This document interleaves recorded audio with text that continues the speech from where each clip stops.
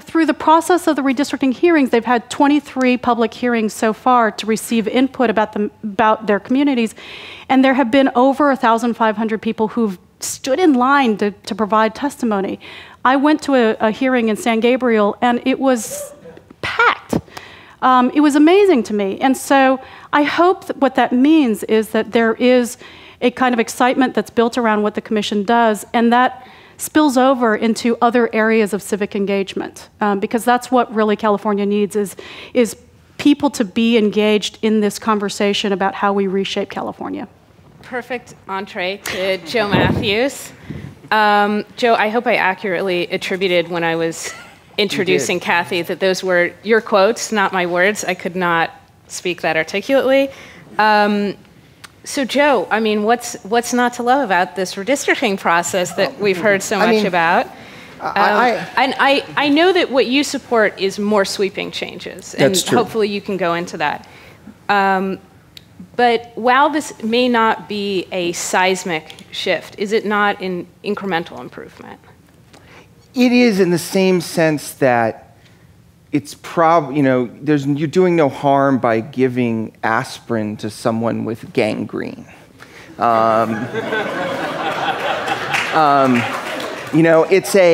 It's fine. It's brushing your teeth when you have 2 broken legs. I mean, there was a conflict of interest in doing this, in people picking their own districts. We shouldn't do that. And I'm a sort of fan of the Redistricting Commission. Personally, I've been to their meetings. I've watched them on the web. They're honest people. I won't say anything bad about them, and not just because one of them is the most important bookseller in the Sacramento area. But there is real trouble in this area of the legislature, how it's organized, it's shaped, and elected.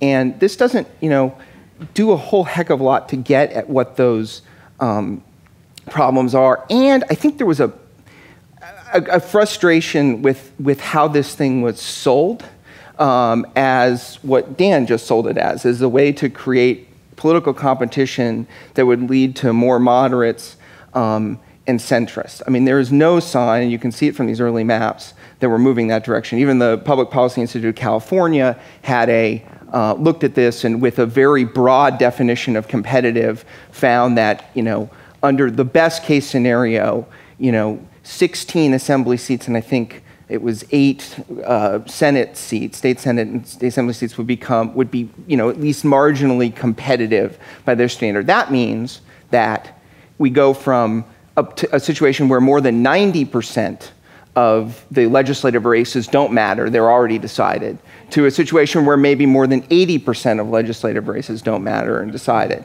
And I think we need to think about, particularly if we're talking about engagement and getting people involved, really changing the system, you need to talk about changing to a system for organizing legislature and legislative elections where, there's real competition everywhere, everyone's vote matters.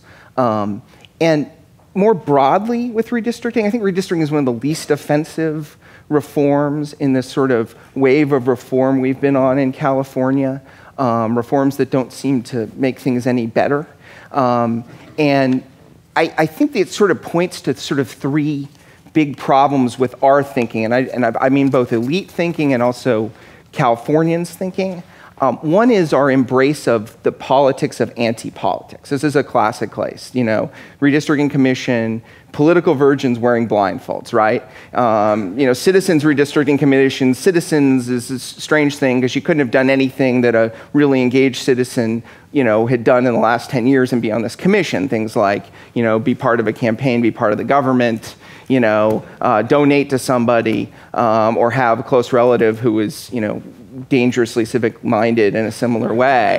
And so, so we have this, we do this is least offensive because there's a conflict of interest, but we do this with the budget, probably most famously. We don't want to trust and give agency to the people we elect. We want to take it from them and replace it with a formula, a commission, a special thing. And that has put us to the case where, Californians don't seem to get that. Yeah, we took this power away from our elected officials, and then we're really mad at them when they're not able to do anything.